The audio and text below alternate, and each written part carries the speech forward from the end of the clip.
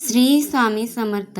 नमस्कार मित्रांनो, तुमचं माझ्या यूट्यूब चॅनलवरती मनापासून खूप खूप स्वागत आहे.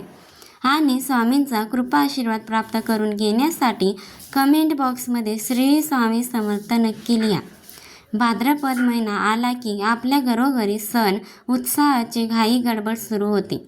पण यंदाचा म्हणजेच 2026चा भाद्रपद महिना अतिशय विशेष आणि दुर्मिळ योग घेऊन आला आहे.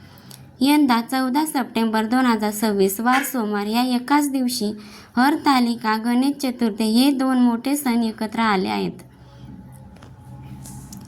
तुम्ही अगदी बरोबर ऐकलत. ज्या दिवशी महिला हरतालिकेचा कडक व्रत करतात त्याच दिवशी विघ्नहर्ता श्री गणेशाचे घरोघरी आगमन होणार आहे.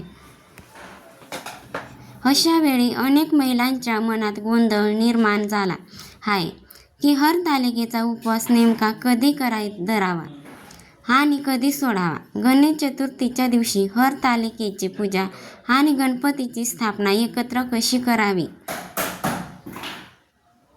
या दिवशी कोणते नियम पाळावे आणि कोणत्या चुका टाळावेत, आजच्या ह्या व्हिडिओमध्ये आपण ह्या सर्व प्रश्नांची उत्तरे शास्त्रशुद्ध माहिती अगदी सोप्या भाषेत जाणून घेणार आहोत.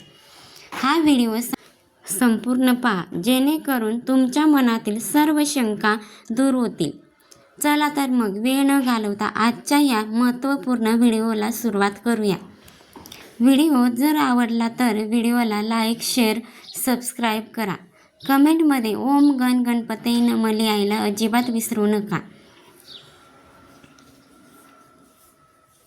हा व्हिडिओ तुमच्या मित्रमैत्रिणींबरोबर नक्की शेअर करा. हिंदू पंचांगानुसार भाद्रपद शुद्ध तृतीया तिथीला हरतालिका साजरी केली जाते आणि भाद्रपद शुद्ध चतुर्थीला गणेश चतुर्थी साजरी केली जाते. यंदा तिथीच्या क्षयामुळे किंवा वेळेच्या गणनेमुळे 14 सप्टेंबर 2026 सोमवार रोजी सूर्योदयाला तरी तृतीया तिथी असणार आहे आणि दुपारी चतुर्थी तिथी सुरू होत आहे. शास्त्रानुसार उदय तिथी मानले जात असल्यामुळे 14 सप्टेंबर रोजी महिलांनी हरतालिकेचे व्रत करायचे आहे आणि त्याच दिवशी दुपारी गणपती बाप्पाच्या आगमन होणार आहे. सोमवार हा भगवान शिवशंकरांचा वार मानला जातो. हरतालिका हे व्रत माता पार्वती आणि शिवशंकरांच्या पूजेसाठी केले जाते. त्यामुळे सोमवारी हरतालिका येणे हा अतिशय शुभ आणि फलदायी योग मानला जातो. या दिवशी तुम्ही शिव, पार्वती आणि गणेश जयंती एकत्रित पूजा करून अफाट पुण्य प्राप्त करू शकतात. आता वळूया सर्वात महत्त्वाच्या मुद्द्याकडे. उपवास कधी धरावा आणि कधी सोडावा. तर उपवास दिनांक 14 सप्टेंबर 2026 वार सोमवार या दिवशी करायचा आहे. याची सुरुवात ही 14 सप्टेंबर रोजी पहाटे सूर्योदयापूर्वी उठून स्नान करून आपले रोजचे कामे करून उपवासाचा संकल्प करावा. हरतालिकेचा व्रत हे परंपरेनुसार निर्जला म्हणजेच पाणी न पिता किंवा निराहार फक्त फलाहार करून केले जाते. तुम्ही तुमच्या प्रकृतीनुसार आणि आरोग्यानुसार हे व्रत करू शकता. यंदा गणपती आगमन आणि हरतालिका एकाच दिवशी आल्यामुळे उपवास सोडण्याच्या बाबतीत महिलांमध्ये खूप मोठी भीती किंवा गोंधळ तयार झालेला आहे. पण घाबरण्याचं अजिबात कारण नाही. कारण हरतालिकेचा उपवास दुसऱ्या दिवशी म्हणजेच 15 सप्टेंबर 2026 वार मंगळवार रोजी सकाळी सूर्योदयानंतर सोडला जातो. तर गणपती बाप्पाच्या नैवेद्याचे काय करावे. तर 14 सप्टेंबर रोजी दुपारी बाप्पाची स्थापना झाल्यानंतर गणपतीला मोदक, खीर किंवा गोड महानैवेद्य दाखवला जातो. पण ज्या महिलांनी हरतालिकेचा कडक उपवास धरला आहे त्यांनी तो नैवेद्य 15 सप्टेंबरच्या सकाळी पारण केल्यानंतरच ग्रहण करावा. म्हणजेच काय तर तुम्हाला उपवास जो आहे तर तो 14 सप्टेंबरला सकाळी आणि संध्याकाळी धरायचा आहे आणि उपवास जो सोडायचा आहे तो उपवास सोडायचा आहे.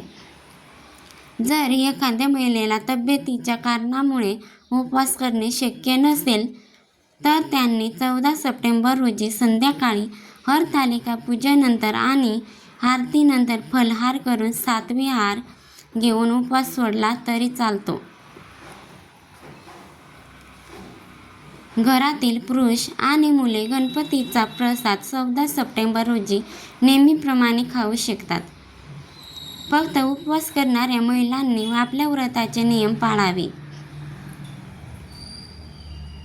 आता आपण पाहूया की एकाच दिवशी या दोन्ही पूजा कशा आयोजित करायच्या. तर हरतालिकेची पूजा ही सकाळी करायची. यासाठी सकाळी लवकर उठून घर स्वच्छ करा आणि स्वतः स्नान करा. वाळू किंवा माती आणून शिव पार्वती सखे आणि त्यांच्या मूर्ती किंवा पिंडी तयार करा. एका पाटावर रांगोळी काढून त्यावर कापड अंथरून आणि या मूर्तीची स्थापना करा. शिव पार्वतीला बेलपत्र, पांढरी फुले, वस्त्र यांची माळ आणि 16 शृंगाराचे साहित्य अर्पण करा. हरतालिकेची कथा वाचा आणि ऐका आणि आरती करा.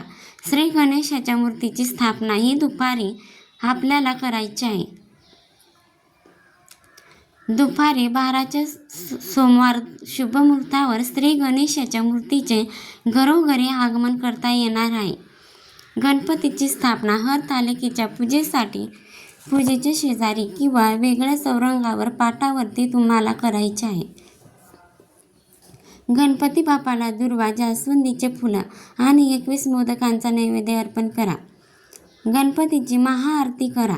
लक्षात ठेवा, दोन्ही पूजा एकत्र करताना घरात अत्यंत प्रसन्न, पवित्र आणि मंगलमय वातावरण ठेवावे. म्हणजेच काय तर सकाळी तुम्हाला हरतालिकेची पूजा करून घ्यायची आहे आणि दुपारून 12च्या नंतर तुम्हाला गणपती बाप्पाची स्थापना ही आपल्या घरामध्ये करायची आहे. मैत्रिणींनो, या विशेष दिवशी काही गोष्टी विशेष काळजी घेणे अत्यंत गरजेचे आहे. या दिवशी घरात आणि मनात पूर्णपणे सकारात्मक ऊर्जा ठेवा. सुवासिनी ह्या दिवशी हिरव्या बांगड्या, मेहंदी, कपाळावर टिकली असा 16 शृंगार करून पूजा करावी.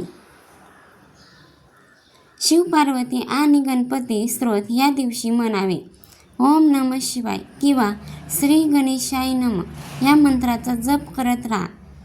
या दिवशी एखाद्या गरजू स्त्रीला किंवा ब्राह्मणाला वस्त्र, फळे किंवा शृंगाराचे साहित्य दान करा. या दिवशी तुम्हाला काय टाळायचं आहे तर ह्या दिवशी तुम्हाला उपवास असलेल्या महिलांनी स्वतःसाठी उपवासाचे पदार्थ करताना अन्नाचा अपमान होणार नाही याची काळजी घ्यावी. या पवित्र दिवशी घरात कोणत्याही प्रकारचे भांडण, कटकट किंवा राग दोष करू नये. हरतालिकेच्या दिवशी आणि रात्री शक्यतो झोपणे टाळावे. रात्री जागरण करून शिवपार्वतीचे भजन कीर्तन करावे. घरात गणेश आगमन झाल्याने पूर्णपणे सात्विक वातावरण असावा. कांदा, लसूण किंवा तामसिक अन्न घरात बनवू नये. अशा पद्धतीने आपल्याला या सर्व गोष्टींच्या काळजी घ्यायच्या आहेत. व्रत का केलं जातं आणि त्याला हरतालिका हे नाव कसं पडलं याची अतिशय पौराणिक आणि सुंदर कथा आपल्या शास्त्रात सांगितली आहे. हरतालिका शब्दाचा अर्थ म्हणजे हरत म्हणजेच अपहरण करणे आणि आलिका म्हणजे सख्खी माता पार्वतीने शिवशंकरांना पती स्वरूपात मिळवण्यासाठी कडक तपश्चर्या केली होती. पण तिचे वडील पर्वतराज हिमालय तिचे लग्न भगवान विष्णू सोबत लावून देऊ इच्छित होते. ही गोष्ट जेव्हा पार्वतीच्या मैत्रिणींना समजले तेव्हा तिने पार्वतीला घनदाट जंगलात नेऊन लपवून ठेवले, म्हणजेच तिचे अपहरण केले. म्हणूनच या व्रताला हरतालिका म्हटले जाते. जंगलात गेल्यानंतर माता पार्वतीने अन्न आणि पाण्याचा त्याग करून वाळूचे शिवलिंग तयार केले आणि अहोरात्र शिवशंकराची पूजा केली. त्यांची निवांत आणि शांत भक्ती पाहून भगवान शिव प्रसन्न झाले आणि त्याने पार्वतीचा पत्नी म्हणून स्वीकार केला. या कथेवरूनच आपल्याला समजते की व्रत फक्त नवस किंवा उपवास म्हणून आपल्या इच्छित मनोकामना पूर्ण करण्यासाठी केलेले निस्सीम भक्ती आहे. सुवासिनींनी आपल्या पतीच्या दीर्घ आयुष्यासाठी आणि कुमारिकी मुलींनी चांगला वर मिळावा म्हणून हे व्रत करत असतात. हरतालिकेच्या पूजेसाठी आपल्याला काय साहित्य लागते? ज्यामध्ये तुम्हाला माती लागते आणि किंवा वाळू लागते. त्याचबरोबर बेलपत्र लागतात, धोतरा, त्याचबरोबर आघाडा, कणे, रुची, पान असे 5 प्रकारच्या झाडांची पाने आपल्याला लागतात. शृंगाराचे साहित्य लागते, ज्यामध्ये बांगड्या, कांगा, आरसा, काजळ, मेहंदी, हळदी कुंकू, लाल छिद्र आणि वस्त्र, दूध, दही, तूप, मध, साखर टाकून पंचामृत, फळे, खारीक, बदाम आणि घरात बनवलेले सात्विक पदार्थ आणि गणेशाच्या पूजेसाठी लागणारे साहित्य, ज्यामध्ये गणेशाची सुंदर मातीची मूर्ती, 21 दुर्वांच्या जोड्या आणि जास्वंदीचे ताजे लाल फूल, 21 मोदक, अक्षदा, गुलाल, सिंदूर आणि अगरबत्ती. अनेक महिलांच्या मनात याबद्दल शंका असतात.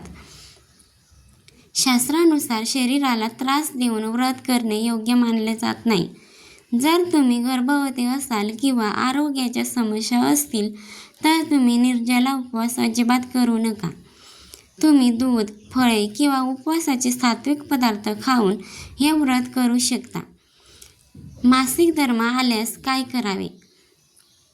14 सप्टेंबर रोजी एखाद्या महिलेला मासिक धर्म आला तर त्यांनी हरतालिकेच्या मनापासून पाळावे. मात्र त्यांनी स्वतः मूर्तीला स्पर्श करू नये किंवा पूजा करू नये. घरातील इतर कोणत्याही महिलेकडून किंवा पतीकडून पूजा करून घ्यावी आणि लांबूनच कथा ऐकावी. चला तर महिलांनी विचारलेल्या काही प्रश्नांची, अत्यंत महत्त्वाच्या प्रश्नांची उत्तरे आपण जाणून घेऊया. हरतालिकेच्या मातीची मूर्तीचे विसर्जन कधी करावे? तर हे विसर्जन तुम्हाला 15 सप्टेंबर रोजी सकाळी पूजेचे पारण केल्यानंतर करायचं आहे. तुमच्याकडे गणपती बाप्पा 1 किंवा 2 दिवसाचे असतील तर गणपतीसोबतच ठेवा किंवा स्वतंत्रपणे तुम्ही विसर्जन करू शकता. आणि हरतालिकेचा उपवास असणाऱ्या महिलांनी प्रसाद खावा का? गणपती बाप्पाचा तर अजिबात नाही. तुम्हाला उपवास आहे, त्यामुळे तुम्हाला हा प्रसाद खाता येणार नाही. अशा पद्धतीने संपूर्ण माहिती बघितलेली आहे. हे तुम्हाला हा व्हिडिओ आवडला तर लाईक, शेअर करा.